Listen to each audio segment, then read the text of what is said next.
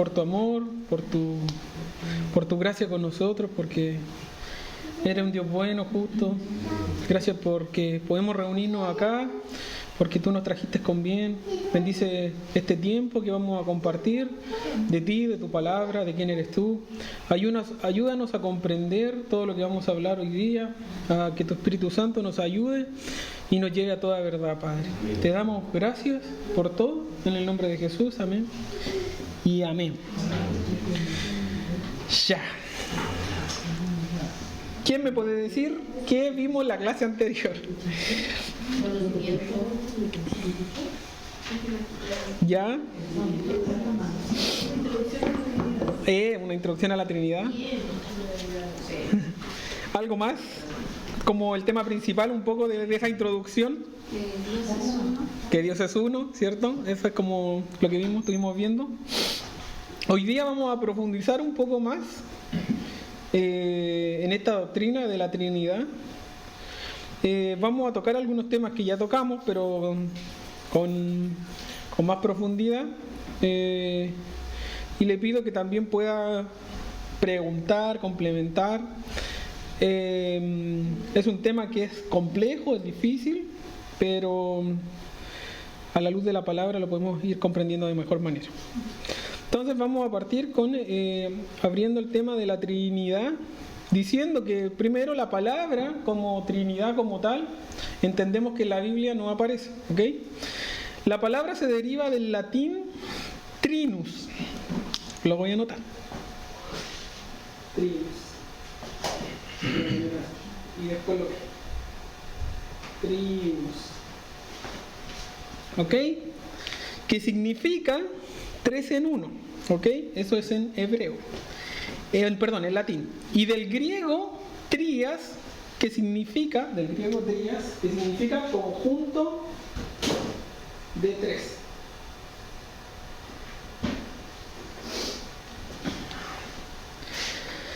En la historia de la humanidad no existe ninguna otra religión o credo o dogma como el que tenemos los cristianos, de la Trinidad, del Dios Trino, ¿ok? Somos los únicos que creemos de esta forma, ya que nuestro Dios, diremos, es un Dios Trino, ¿ok? Como vimos en la clase anterior, para los judíos y el pueblo judío, era una aberración a su monoteísmo, a que Dios es solo uno. Ellos cuestionaban, primero, por ejemplo, cómo Dios se iba a encarnar en un hombre, menos aún nacido de un hombre y de una mujer. Un rabino del siglo IV dice, hablando de los cristianos de esos años, estos son extraños, creen que Dios tiene un hijo y ha permitido que él muera. Y su análisis lo llevaba a la comparación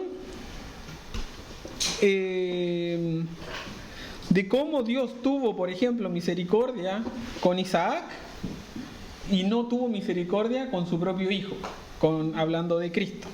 Entonces, para ellos era incomprensible entender la deidad de Cristo y que Cristo realmente era el Hijo de Dios. Ante ese tipo de complejidades, hay un texto que nos va a ayudar un poco, que es Primera de Timoteo 3:16, y me voy a quedar solo con la parte A del texto y después vamos a complementar con la parte B, que dice: e indiscutiblemente grande es el misterio de la piedad. Entonces, podemos ver también, por medio de la palabra, cómo los judíos se enfurecían, por ejemplo, con las enseñanzas de Esteban, ¿cierto? El primer mártir. En el capítulo 7 de los Hechos, nos revela cómo ellos, de hecho dice que sus dientes crujían del enojo, y tomaron piedras y mataron a Esteban.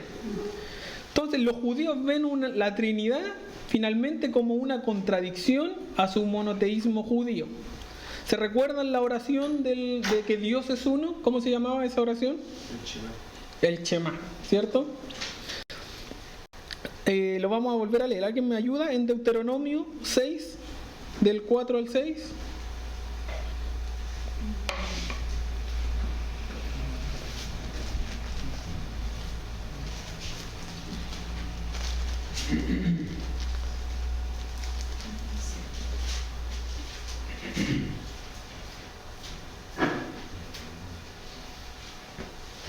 El Shema.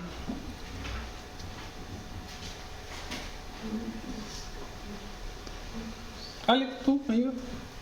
Del 3 en adelante. Oye pues, oh Israel, y cuida de ponerlos por obra para que te vaya bien en la tierra, que fluye leche y miel, y os multipliquéis, como te ha dicho Jehová, el Dios de tus padres. Oye Israel, Jehová nuestro Dios, Jehová uno es. Y amarás a Jehová tu Dios con todo tu corazón, con toda tu alma y con todas tus fuerzas. Amén.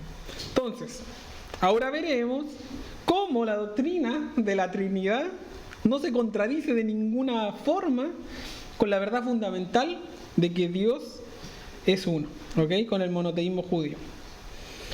Primero vamos a entender que en ningún caso tenemos tres dioses, ¿ok? Es lo primero que tenemos que tener súper claro. No tenemos tres dioses, sino, como hemos mencionado antes, son tres personas en un solo Dios, ¿ok? Vamos a declarar tres cosas respecto a la Trinidad, ¿ya? La primera es que la Escritura nos habla de tres personas distintas en Dios. Cada una de estas personas divinas, cada una de estas personas es divina, por ende es Dios. Las tres personas, el Padre, Hijo y Espíritu Santo, son un solo y mismo Dios, ¿ok? Ahora, los ataques contra la Trinidad partieron desde el principio hacia la iglesia, ¿ok?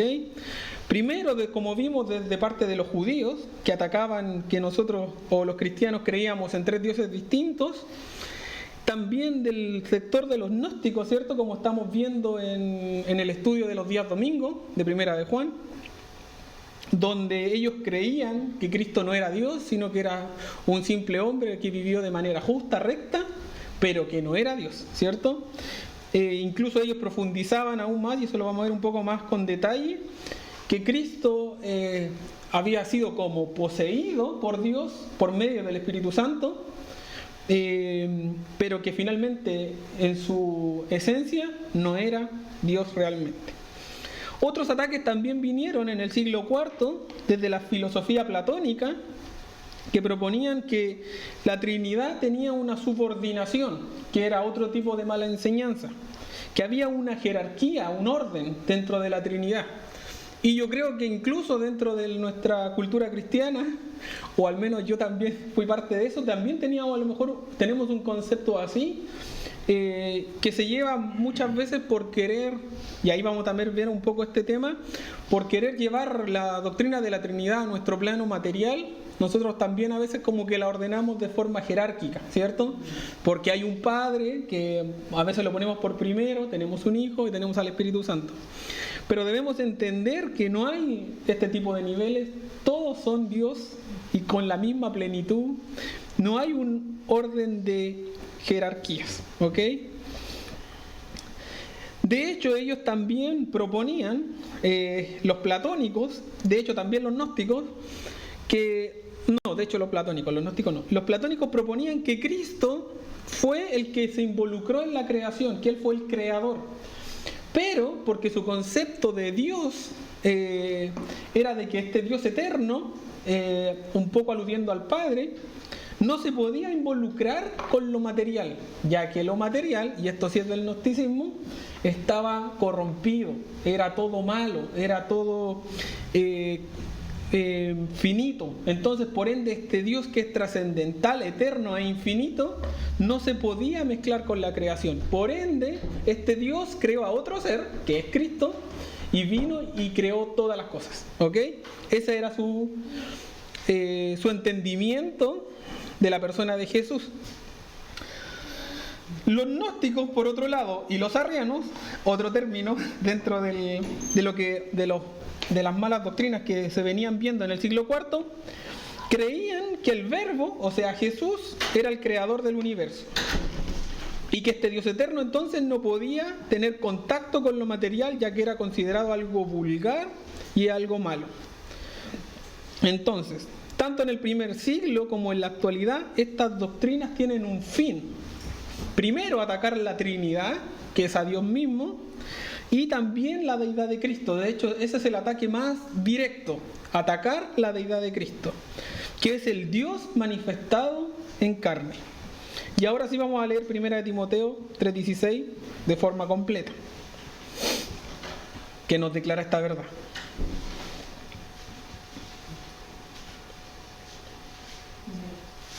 1 Timoteo 3:16.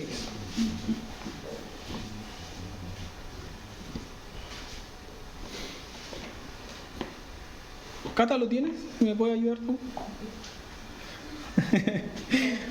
Prepárense porque lo voy a hacer leer a todos, así que busquen el texto por favor. Indiscutiblemente grande es el misterio de la piedad. Él fue manifestado en la carne, vindicado en el Espíritu, contemplado por ángeles, proclamado entre las naciones, creído en el mundo, recibido arriba en gloria. Amén. Entonces, ahora vamos a ver algunos errores más profundamente acerca de la Trinidad. ¿Ok? Primero, dentro de este siglo IV, todo esto pasó en el siglo IV, estaba el subordicionismo. Lo voy a anotar. Subordicionismo.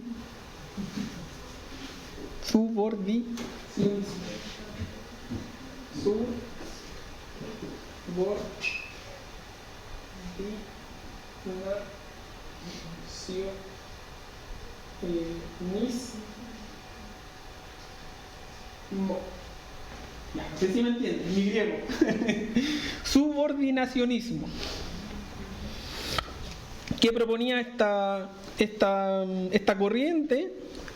Como ya lo vimos, creían que había una subordinación dentro de la Trinidad y que solo el Padre, cuando la Biblia menciona a Dios Padre, era el verdadero Dios. Ellos creen en el Hijo y en el Espíritu Santo, pero no como seres eternos, sino como seres creados de Dios Padre. Y este grupo de los subordinacionismos se divide en dos, ¿ok? Están los arrianos, que su nombre se deriva de quien precursó esta doctrina, que era Arrio. Él creía que el Verbo era una criatura creada por el Padre para la creación de todo lo material, que es un poco esto del que venía hablándole. Debido a que este mundo está limitado y por ende el Dios trascendental no podía entrar en contacto con lo material. A partir de esto, la Iglesia, y aquí voy a nombrar a la Iglesia Católica particularmente, tuvo su primer concilio, ¿ok? El concilio de Nicea, donde se juntaron para defender la doctrina de que Jesús realmente era Dios. No era creado, sino nacido del Padre. Este término lo vamos a ver la próxima semana como más profundo, pero es engendrado por el Padre, ¿ok? No creado. El concilio de Nicea entonces es el primer concilio donde la iglesia se junta, fueron convocados por un emperador, Constantino, en el año 325, para abordar estas controversias que se estaban generando dentro de la doctrina cristiana, sobre particularmente la naturaleza de Jesús. Específicamente, la doctrina del arrianismo cuestionaba fuertemente la divinidad de Cristo. Como conclusión al concilio, vamos a poner una frase, ellos llegaron al acuerdo de que el Padre y el Hijo esencialmente son iguales. Y aquí sale otra palabra que se le llama, que son homousion. Lo encontré en varias, lo escriben de dos maneras.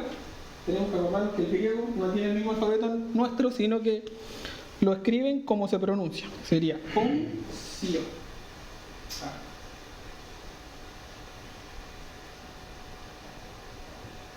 Homousios.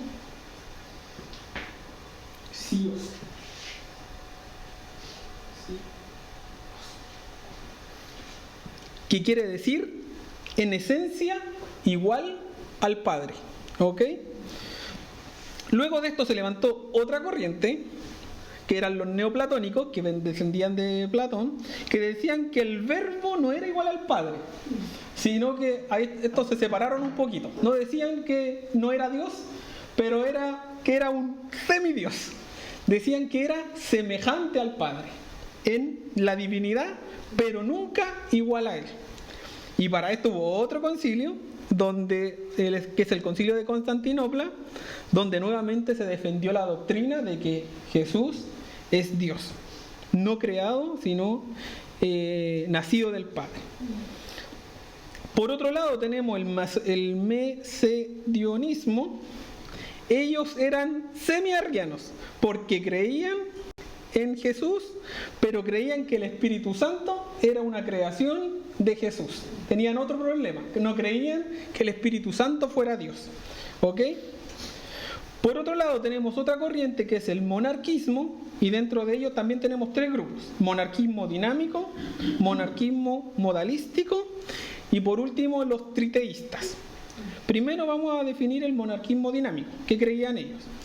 Ellos admiten que hay un solo Dios, pero creían que Jesús era solo un hombre fuertemente influenciado por el Espíritu de Dios, que lo llevó a vivir de manera recta y justa, pero de hecho que recibió honores como los divinos, pero nunca igual a Dios. O sea, también creía que Jesús era un ser creado. Los modalísticos, y esto quiero que le pongamos un poco de atención, porque a veces esto es lo que tiende a confundir en la Trinidad, creían que Dios era uno, pero que se manifestaba de forma distinta. O sea, se vestía de Jesús, se vestía de Padre, se vestía de Espíritu Santo, pero que era uno solo. Pero la Trinidad no es así. Dios no se transforma en Padre y no se anda transformando en Hijo ni en Espíritu Santo. Dios es Padre, Dios es el Hijo y Dios es el Espíritu Santo. Amén. Este tipo de creencias, porque los modalistas hoy existen, te pueden llevar a otro tipo de herejías más complejas. Por ejemplo, si Dios fuese como que se transformara en modos, tendríamos que creer, por ejemplo, que el que murió en la cruz fue el Padre. Y esto no lo podemos creer, porque Dios no muere, Dios es eterno. Si muriera el Padre, todos dejaríamos de existir, ¿cierto? Entendemos que Dios es el que sostiene la creación. Amén. Por último, tenemos los triteístas. Creo que hay una rama del pentecostalismo que cree en esto, no lo sé. Que ellos creen que son tres distintos. Hay un Dios Padre, un Dios Hijo y un Dios Espíritu Santo. Tres, pero separados, no como un solo Dios. ¿Ok? ¿Hasta ahí claro? ¿Alguien tiene alguna pregunta? ¿Me ayudáis con el cafecito, amor? Sí. Gracias. Ya, súper. Voy a dar una aclaración. ¿Por qué partí con lo que no es? Porque es más sencillo graficarlo. ¿Ya? Es más sencillo graficar lo que no es para que después podamos entrar en lo que sí es la Trinidad, que es mucho más complejo de lo que no es. ¿Ok? Abordarlo. Errores en la actualidad. Algunos de estos errores que acabamos de ver siguen en nuestros tiempos. ¿Ok? Hay algunos que hoy creen, por ejemplo, en la subordinación. Que de hecho hay teólogos que también tienen este tipo de doctrina, que creen que hay una subordinación donde el Padre tiene la preeminencia de orden y poder. Los testigos de Jehová, por ejemplo, niegan completamente la Trinidad, ya que ellos declaran que Jesús fue creado semejante a Dios, esa es la diferencia, pero no igual, y que fue Él el que creó todas las cosas. ¿Se fija que son los mismos patrones del siglo 400? Hoy están 2000 años después los mismos. Por ejemplo, otra corriente que está en la actualidad son los solo Jesús, que dicen que que Jesús es el único Dios verdadero y que el tema del Padre y del Espíritu Santo son meros títulos que recibe Jesús, pero que Jesús es el verdadero Dios. Y no es así, ¿cierto? Eso es lo que estamos entendiendo. Ahora sí, vamos a entrar un poco más de lleno en Dios en tres personas. Primero tengo que aclarar que ningún ser intelectual va a poder realmente comprender a plenitud lo que es la Trinidad. Nos debemos acercar a esta doctrina con suma reverencia y con suma sabiduría, ¿ya? Ahora, la Trinidad es un misterio. Ahora, y por consecuencia, y aclarándolo así, no es un secreto, no es lo mismo. Un misterio es, nosotros vemos cosas de la Trinidad, están ahí, están en la Biblia, están claras, no es un secreto. El tema es que no somos capaces de comprenderla completamente debido a nuestras limitancias como criaturas.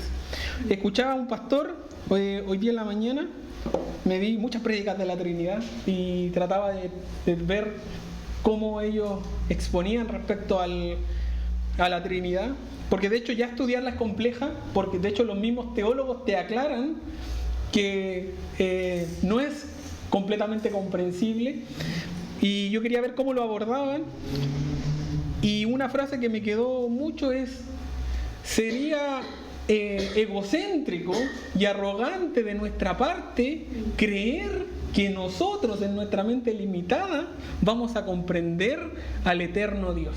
Amén. Entonces esa es nuestra premisa. Dios es eterno, es eternamente infinito, que en nuestra mente limitada no va a caber. Entonces sería arrogante de nuestra parte creer que debemos comprender lo que es Dios, que es básicamente la Trinidad, en nuestras propias mentes y en nuestro propio intelecto. Amén.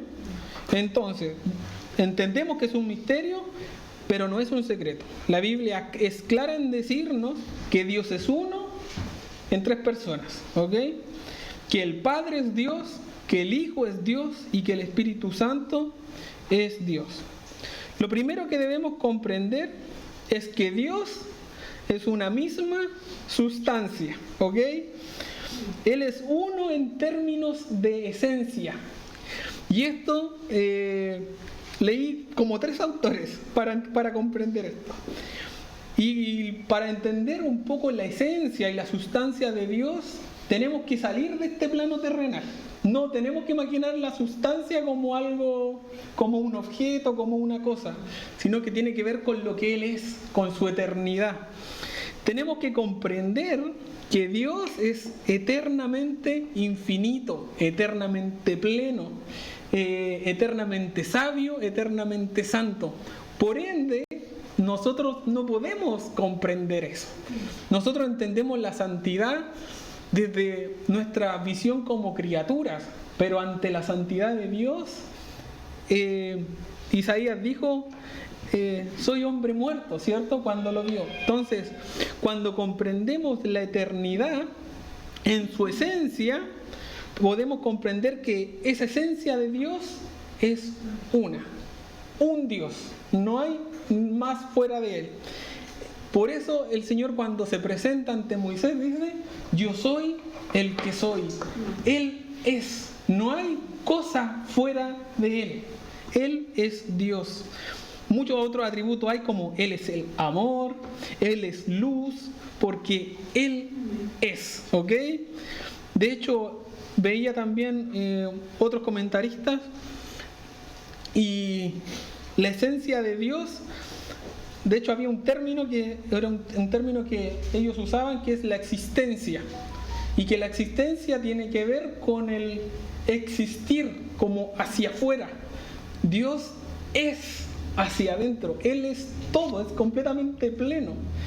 Entonces, esa es su esencia. Dios es uno, plenamente eterno, ¿ok? Entonces, esto hace una referencia, su sustancia, a la divinidad de Dios, a su eterno poder, a su inmutable, que no cambia. Por ejemplo, nosotros existimos y cambiamos. Vamos cambiando progresivamente. De hecho, yo ya no soy el mismo que hace 5 minutos. Mi cuerpo se envejeció.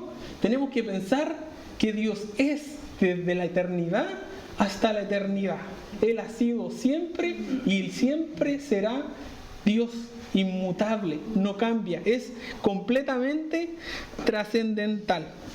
Esta es la naturaleza fundamental de Dios. De hecho, esto me ayudó a comprender otras doctrinas. Que Alex sabe que yo estaba teniendo algunas doctrinas, estaba tratando de comprenderlas, pero esto ayuda mucho a comprender. Cuando uno entiende a plenitud o con un poquito más de comprensión la eternidad de Dios, te aclara muchas otras doctrinas. Por eso es súper fundamental. Hoy día entendí que es muy fundamental la Trinidad. Entonces, Dios es uno en esta esencia. Dios no se divide en tres, ¿ok? Eso es lo que intenta explicar este término que usan los teólogos como la sustancia. Esto quizás es de las cosas más complejas de comprender, pero debemos verlo entonces siempre a la luz de la eternidad. Él es eternamente, Él no fue ni será, Él es desde el principio. Pero en tres personas, ¿ok? Y aquí vamos con esta parte. El término persona viene del griego presopon. Voy a anotarlo.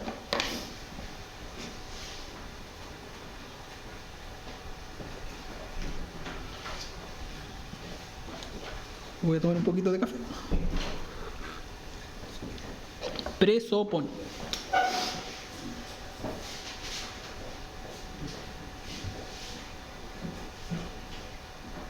Presopon.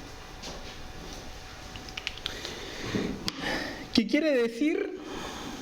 Bueno, en el término latín es persona, el que nosotros hoy día acuñamos, pero eran las máscaras que usaban los actores griegos para interpretar distintos personajes dentro de una misma obra. Voy a dar un poco de contexto de por qué se hacía eso. En la antigüedad los actores, primero, no eran tantos, y segundo, los buenos se les daba más de un papel dentro de la misma obra. O sea, interpretaban a más de un personaje. Y obviamente en el teatro no hay comerciales, no se puede estar cambiando de ropa, sino que se ponían máscaras para interpretar un personaje y para interpretar al otro. Entonces, este término viene de ese ejemplo de que intentaron resolver el problema de la Trinidad con esta palabra, haciendo alusión a que es como que Dios en esencia es uno, o sea que está detrás de la máscara y se cambian las máscaras. Pero eso es un problema. En vez de traernos luz, nos trae más confusión. Porque de hecho, con lo que vimos anteriormente, con lo que no es la Trinidad, nos deja claro que este ejemplo igual es malo. ¿Ok? Porque Dios no se cambia la máscara con nosotros. No se pone la máscara de hijo y después se pone la de padre. ¿Ok? Porque algo que también debemos comprender y que también lo vamos a ver un poco más en detalle, yo creo que en la próxima sesión, es que el Padre no es el Hijo y el Hijo no es el Espíritu Santo. ¿Ok? Entonces, este término, en vez de traer más luz, por ahí trajo un poquito más de confusión. Era una forma que nosotros hoy día intentamos de graficar de mejor manera lo que es la Trinidad. ¿Ok? Se entendía entonces que era una misma persona con distintas máscaras. Y aquí le puse entre paréntesis que es como el modalismo, como modos de manifestación. Se ponía una máscara, se cambiaba, se ponía la otra. Pero eso no es la Trinidad. ¿Ok? Cuando decimos que es uno en sustancia, decimos entonces que no son tres distintos. El Verbo y el Padre y el Espíritu Santo son un solo Dios. Pero que ellos subsisten, y aquí vamos a notar otra palabra, subsistencia, en una misma esencia o sustancia, que es lo que acabamos de mencionar. Entonces aquí nace otra palabra, que esta sí creo que nos ayuda a comprender un poquito mejor la Trinidad, que es la subsistencia. Voy a anotar.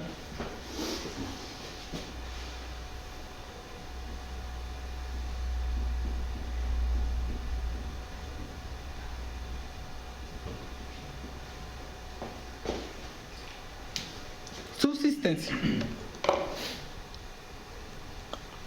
La palabra subsistencia, ¿qué se imagina de lo que es subsistencia? Porque es una palabra común. ¿Qué es como subsistir? ¿Qué se imagina? Así rápido. ¿Teman? ¿Subsistir? ¿Cómo que?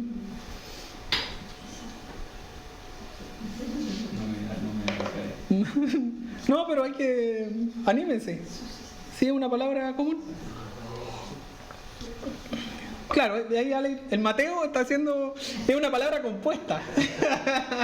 Hay dos palabras ahí. Está sub y sistencia. Bueno, como concepto contemporáneo, a veces nosotros cuando decimos que alguien subsiste, es como que está viviendo así apenas, ¿cierto? Está subsistiendo, así como que día a día subsiste. Y también hace un sentido a que tiene existencia en sí mismo, ¿ya? Como que existe por sus propios medios.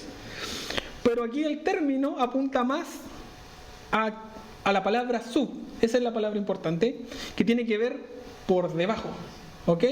Como submarino y otras que se derivan de ahí. Subsistencia tiene que ver con que está dentro de. Y por eso ahora vamos a decir que son 3 subsistencias que están en esta esencia o en esta sustancia eterna de Dios, ¿ok? En el sentido entonces que la palabra subsistencia tiene que ver con lo que está dentro de la esencia de Dios. No subsistencia de sobrevivir, porque no es que Jesús, el Verbo, el Padre y el Espíritu Santo están sobreviviendo, no, sino como palabra compuesta que tiene que ver dentro o debajo de la sustancia de Dios. Entonces el Padre, el Hijo y el Espíritu Santo están dentro de este eterno y puro ser que es Dios, su sustancia. Ahora, esta revelación nos revela el eterno amor de Dios. Podemos ver su eternidad, su eterno amor mostrado el Padre hacia su Hijo. Y cómo el Hijo en la eternidad ha amado eternamente al Padre. Y cómo el Espíritu Santo en la eternidad muestra al Padre y al Hijo. Dios el Padre no podría ser Dios el Padre sin el Hijo. Y el Hijo no podría ser Dios el Hijo sin el Padre. Y el Espíritu Santo no podría ser el Espíritu Santo si no refleja al Padre y al Hijo. Amén. Quiero que me acompañen a Juan 17:21. ¿Hasta ahí cómo van? ¿Bien? ¿Está muy difícil?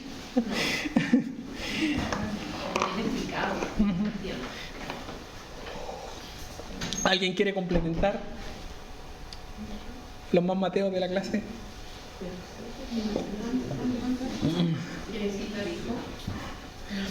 Juan 17:21.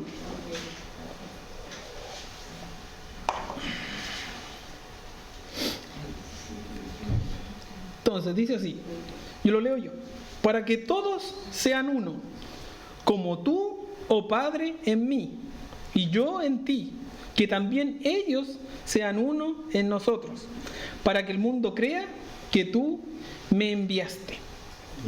Esta unidad y este amor entendemos que viene desde la eternidad, entre las personas de la Trinidad. Y este texto es mucho más alentador y nos hace parte y dice que seamos uno también en ellos. O sea, ese amor se extiende también hacia nuestras vidas. Si Cristo no fuera Dios, primero, su sacrificio no sería efectivo en nuestras vidas para redención de pecados. Segundo, no hubiese podido soportar el peso de la cruz como lo que realmente fue la cruz. No mirándola desde el lado físico, desde lo que sufrió, que sabemos que sufrió atrocidades, latigazos, golpes, pero desde el lado espiritual, Él cargó la ira de Dios que tenía que venir sobre los hombres, sobre los pecadores. Si Él no hubiese sido Dios, no hubiese podido soportar aquella carga de todos los pecados de la humanidad. Todo nuestro sistema teológico está centrado en esa verdad, que Cristo, Dios hombre, fue crucificado en esa cruz, y que su Espíritu Santo hoy mismo es el que está en nosotros, el Espíritu del Padre y el Espíritu del Hijo, y que nos lleva a esta verdad. Ahora, ¿por qué los ejemplos que a veces ponemos son insuficientes? ¿Ya? ¿O son malos ejemplos? Desde el principio se ha intentado graficar la Trinidad, ¿ok? Con analogías. Algunos ejemplos. ¿Quién tiene algún ejemplo? Porque sé que tienen ejemplos. Digan tus ejemplos, ¿ya? ¿Quién quiere participar? ¿Quién quiere decir, es como? Es como. Es como el agua, ¿no? Dicen algunos. Sólido, líquido y gaseoso. O como la electricidad. Yo aquí encontré otros ejemplos. Que es como la fuerza, es la luz, es el calor. Por ejemplo, estos ejemplos mantienen una verdad. Que, por ejemplo, la unidad. Porque es una sola cosa. El agua es una sola cosa. Pero no son precisas respecto a las personas de Dios. Porque sigue siendo agua. Y Dios no se transforma. No se transforma en una nube de humo y después se hace líquido. Sino que quedan carentes en el ejemplo. Otros ejemplos, por ejemplo, que sí se hacen cargo de la diversidad, es el trébol. ¿Han escuchado el del trébol? Que cada hojita del trébol es una persona de la Trinidad. O, por ejemplo, una flor, el tallo, la flor, el fruto. Aquí vemos la diversidad, pero no vemos la unidad, ¿cierto? No son una misma cosa.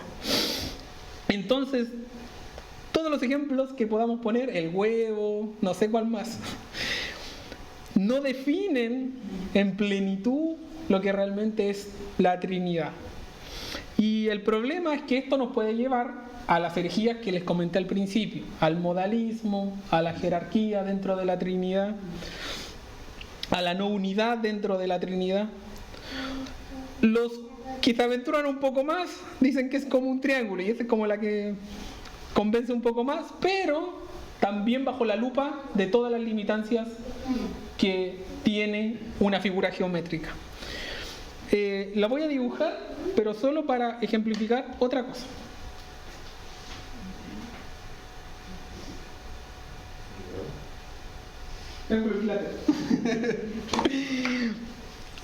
No quiero que lo tomen como que esto es la Trinidad, pero sí nos ayuda a entender lo que no es la Trinidad o a diferenciar en verdad las tres personas de la Trinidad: Padre, Hijo y Espíritu Santo.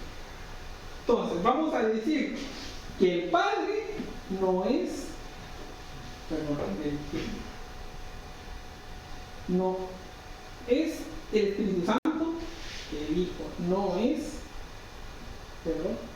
no es el Espíritu Santo y que el Hijo no es el Padre. Para mí esto sí me sirvió. Y que todos son Dios. ¿Ya? ¿Se entiende? No es la Trinidad, pero nos ayuda a entender que el Padre no es el Hijo ni el Espíritu Santo, que el Hijo no es ni el Espíritu Santo ni el Padre, y que el Espíritu Santo no es el Padre ni el Hijo, pero que todos ellos son Dios. Amén. Los textos trinitarios más relevantes son algunos de los que vamos a leer a continuación. Ayúdenme a buscar. Mateo 3, 16 y 17.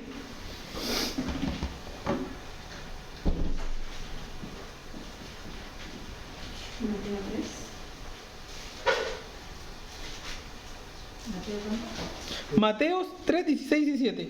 ¿Lo leo? Buena. Sí. Después de ser bautizado, Jesús salió del agua inmediatamente, y aquí los cielos se abrieron, y él vio al Espíritu de Dios que descendía como una paloma y venía sobre él. Y aquí se oyó una voz de los cielos que decía: este es mi Hijo amado, en quien me complací. Aquí se ve la Trinidad clarísima, ¿no? La imagen es clara. El Padre hablando desde el cielo, el Hijo bautizándose y el Espíritu Santo representado en una paloma. ¿Ok? Amén. Otro texto que me ayuda. Mateo 18, 19. Este a mí me gustó mucho.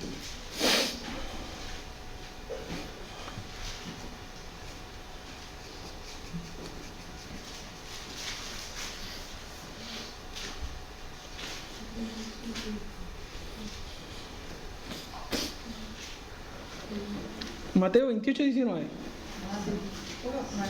28, 19. ¿Qué dije? Perdón. Mateo 28, 19. 28, 19, sí.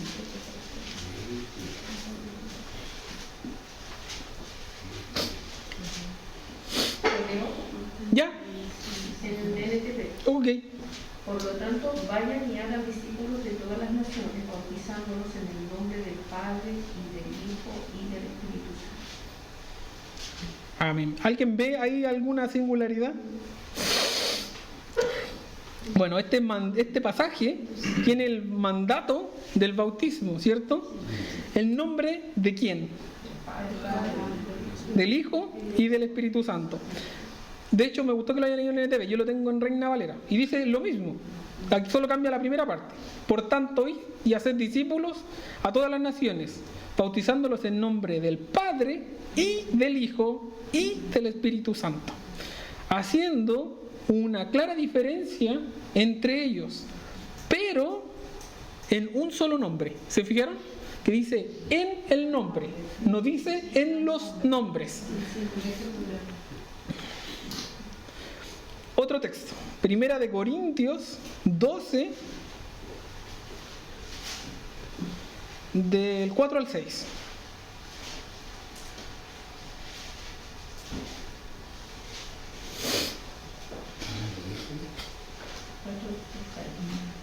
Primera de Corintios 12, del 4 al 6. ¿Ya? Ahora bien, hay diversidad de dones, pero el Espíritu es el mismo. Y hay diversidad de ministerios, pero el Señor es el mismo. Y hay diversidad de operaciones, pero Dios, que hace todas las cosas en todo, es el mismo. ¿Sí? No, hasta ahí. Bueno, lo primero que podemos ver en este pasaje, no sé si se dieron cuenta, que por lo general, ¿cuál es el orden cuando uno nombra la Trinidad? Padre, Hijo y Espíritu Santo. Y aquí lo nombra al revés. Aquí nombra primero el Espíritu Santo, es el mismo, me estoy saltando algunas partes. El Señor es el mismo, pero Dios hace todas las cosas en todos, es el mismo. Amén. También tengo que aclarar que cada vez que en el Nuevo Testamento, o la mayoría de las veces, perdón, no siempre, cuando la palabra dice Señor, está aludiendo a Cristo. Hay una excepción que está en Lucas 1, que ahí no, en Lucas 1 no. Pero en todo el resto del Nuevo Testamento hace alusión a Cristo. Y cuando dice Dios, hace referencia al Padre. ¿Ok? Segunda de Corintios, te lo leo yo, 13-14. La gracia del Señor Jesucristo, el amor de Dios y la comunión del Espíritu Santo sea con todos vosotros. Amén. Pablo aquí cerrando en un saludo, primero menciona la gracia del Hijo, el amor del Padre y la comunión de amor en Espíritu Santo. Segunda de Corintios 13-14. Y por último, hay muchos ejemplos, solo traje algunos. Efesios 4, del 4 al 6, también estuvimos viendo Efesios. Dice, un cuerpo, un espíritu, como fuisteis también llamados en una misma esperanza de vuestra vocación.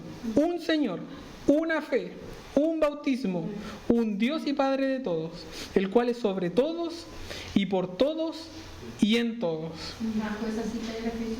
Efesios 4, del 4 al 6. En estos versos podemos ver la Trinidad también claramente. De hecho, a cada verso, valga la redundancia, se le dedica a una persona de la Trinidad. El verso 4 al Espíritu Santo, el verso 5 a nuestro Señor Jesucristo y el verso 6 al Dios Padre. Para ir cerrando, podemos concluir que las tres personas de la Trinidad poseen en común, y esto lo vamos a ver sí, con más profundidad la semana que viene, poseen en común todos los atributos de su naturaleza divina. Lo que los hace distintos es cómo se manifiestan hacia el exterior, hacia la creación, y particularmente cómo ellos se reflejan hacia nosotros, según cada modo que tiene cada persona de la Trinidad en su proceder. Y por último, vamos a hacer un último análisis, que me gustó mucho, lo leí de un libro que se los voy a recomendar, Esto vamos a leer 3 versos. Juan 6:27. ¿Quién me ayuda con ese texto? ¿Quién? Ya. Y por otro lado tengo Romanos 8:29.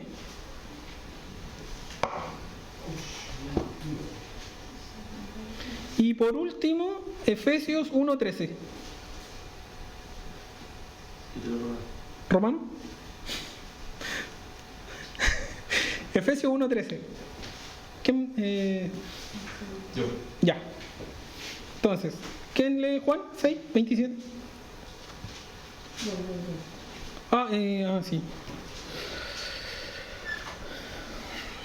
Dice, trabajen no por el alimento que perece, sino por el alimento que permanece para vida eterna, el cual el Hijo del Hombre les dará, porque a Él es a quien el Padre, Dios, ha marcado con su sello. Amén. Entonces, lo primero que podemos ver aquí, y lo que quiero con lo que se queden de este texto, no con que trabajen por el alimento que no trabajen por el alimento que perece, sino haciendo alusión a la Trinidad. Primero podemos entender que Dios el Padre es el que selló a su Hijo, primeramente, y es el que nos sella a nosotros. Ahora, Romanos 8, 29. Porque a los que antes conoció también los predestinó para que fuesen hechos conforme a la imagen de su Hijo, para que Él sea el primogénito entre muchos hermanos. Ahora, este sello, ¿a imagen de quién es? ¿Qué dice el texto? A imagen de su Hijo. ¿Qué Hijo? Cristo. ¿Y cuál es el sello? Y eso lo vimos en Efesios hace como 5 años. No, en Efesios lo vimos hace como 2 años. ¿Cuál es el sello? ¿Cuál es nuestro sello? ¿Cuál es nuestra garantía? El Espíritu Santo. Y eso está en Efesios 1:13. Dice, en Él también vosotros, después de escuchar el mensaje de la verdad, el Evangelio de vuestra salvación, y habiendo creído, fuisteis sellados en Él con el Espíritu Santo de la promesa. Amén. Entonces podemos ver por un lado que el Padre sella, que el sello es su Hijo y que ese sello es el Espíritu Santo en nosotros. Y aquí un poco hablando del Evangelio, porque sin duda todo te lleva hacia allá. Cuando el Padre nos ve, ¿a quién ve? Ve a Cristo, ve al Logos, ve a la imagen de su Hijo, pero por medio de nuestros méritos, por medio de nuestras obras, la ve por medio, primero de su sacrificio, que nos limpia, pero por medio del Espíritu Santo. Amén. Cuando Dios dice que ve al Verbo, ve también, ve a Cristo por medio de su Espíritu Santo. Entonces, en Juan 8:32 dice que cuando conozcamos la verdad nos hará completamente libres. ¿Qué verdad? Cuando conozcamos, ¿qué verdad? ¿Que Dios es creador? ¿Que Dios es santo? ¿Que Dios es justo? ¿A qué verdad se refiere ese texto? Que cuando conozcamos la verdad nos hará libre. Se refiere a Cristo. Cuando conocemos a Cristo, cuando Cristo habita en nuestra vida, cuando el Espíritu Santo viene, somos realmente libres. Ese sello, que parece que un sello te aprisiona, sino que ese sello nos hace realmente libres. Esa libertad que se perdió, ¿cierto?, en el huerto del Edén, en Cristo y por medio del Espíritu Santo, podemos ser libres nuevamente. Para concluir, y con esto termino, la obra de redención es completa de Dios. Por medio de las 3 personas de la Trinidad, Él hace todo en nuestra vida.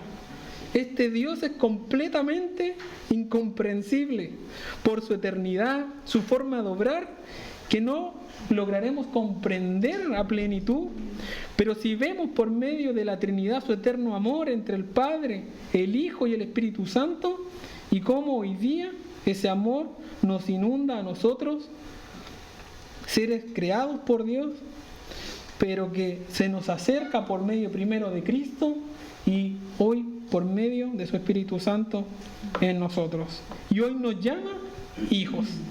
Amén. Amén.